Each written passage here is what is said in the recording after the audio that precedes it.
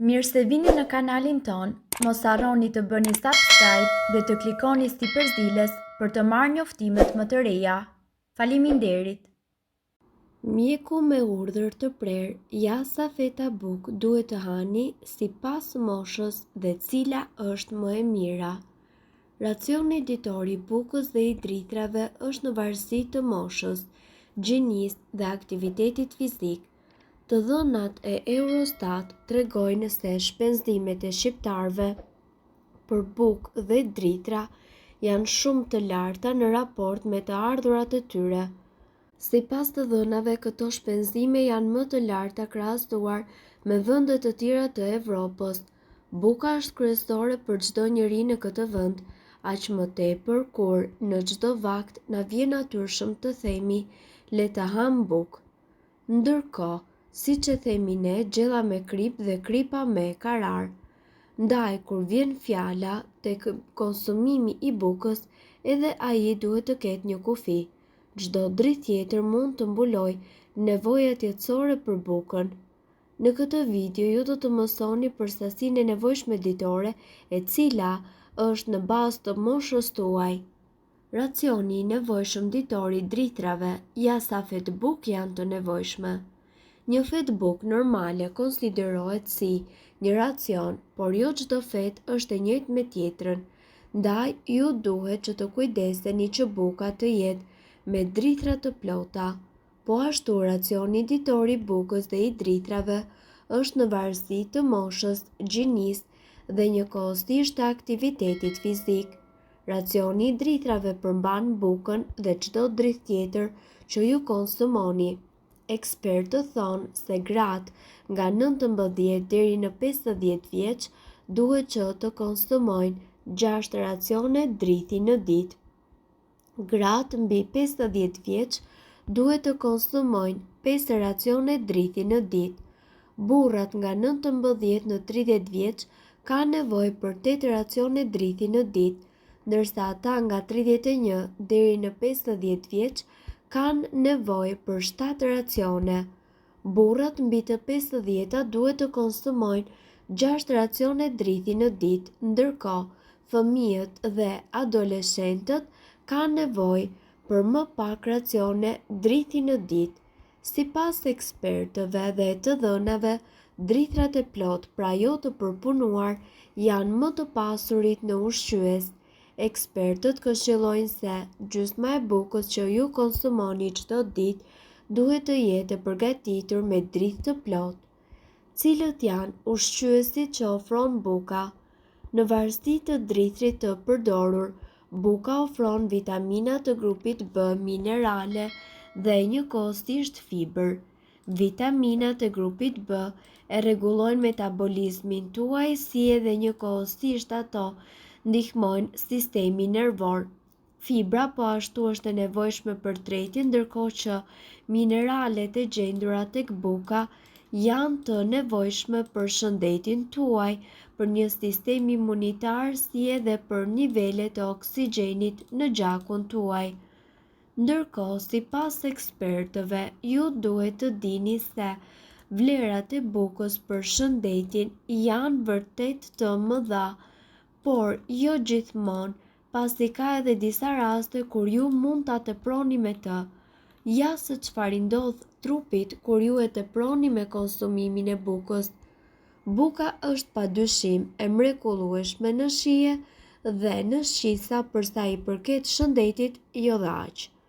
Buka është e para prej së cilës një person i cili dëshiron të humbas në peshë duhet që të heqë dorë.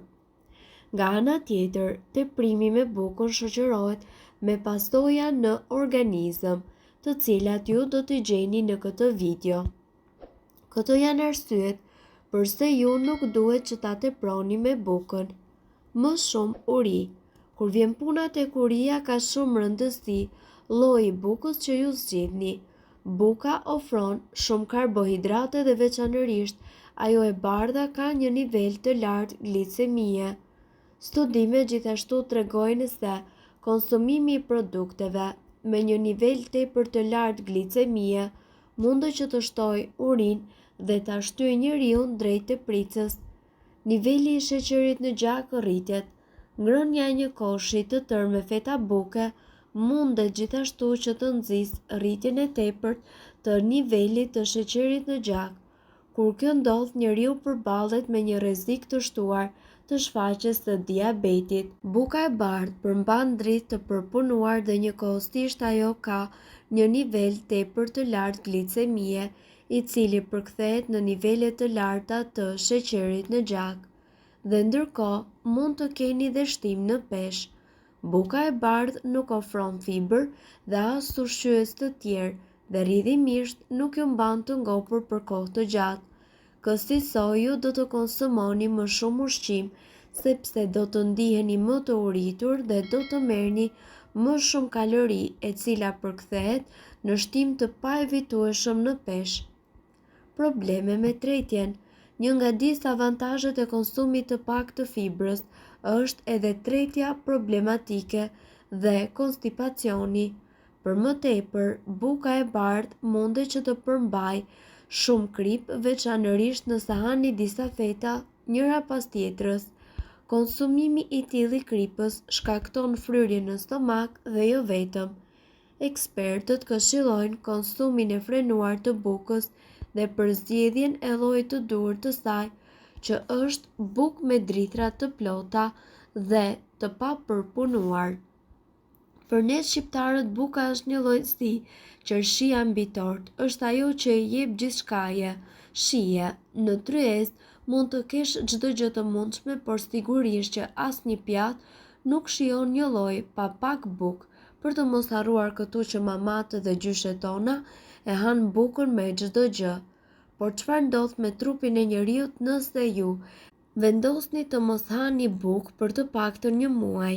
Do të bini nga pesha. Buka është e pasur me karbohidrate të rafinuara, gjë e cila çon në akumulimin e ujit në trup. Është vlerësuar që çdo gram karbohidratesh që hani grumbullojnë 3 deri në 4 gram ujë. Kjo do t'ju bëjë të ndiheni më të fryrë dhe të akumuloni yndyrë, sidomos rreth zonës së barkut.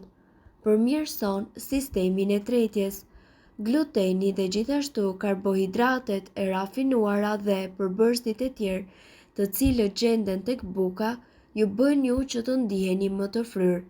Ato po ashtu ngadalsojnë tretjen dhe po ashtu eliminimi i bukës për një muaj do të përmirësonte ndjeshëm punën e sistemit tuaj tretës dhe do të riaktivizonte metabolizmin tuaj. Fibrat të cilat janë të gjendura me shumicë tek buka, jo vetëm që ndihmojnë në stabilizimin e niveleve të sheqerit në gjak, por gjithashtu zvogëlojnë edhe rrezikun e obezitetit dhe sëmundjeve kronike. Do të keni luhatje të humorit. Nëse ju i thoni jo drithrave të shëndetshme, i keni thënë jo neurotransmetuesve si serotonina, të cilët ju bën ju të ndiheni mirë. Karbohidratet janë burimi kryesor i energjisë së trurit. Kur një person eliminon karbohidratet, ai do të ndihet i lodhur, i plogësht dhe gjithashtu do të shfaqë probleme me pagjumsinë. Rritet rreziku i sëmundjeve kardiovaskulare dhe diabetit të tipit 2. Sipas shoqatës amerikane të zemrës, drithrat mund të përmirësojnë nivelin e kolesterolit në gjak dhe të ulin rrezikun e sëmundjeve të zemrës, obezitetit dhe diabetit të tipit 2. Kështu që duke eliminuar bukën, ju do të rrisni rrezikun për të prekur nga këto sëmundje.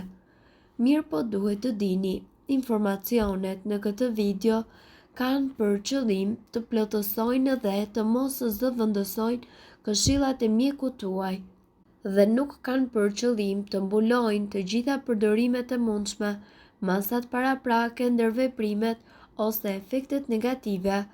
Informacionet në këtë video mund të mos i përshtaten rrethanave tuaja shëndetësore, prandaj para përdorimit konsultohuni me mjekun tuaj.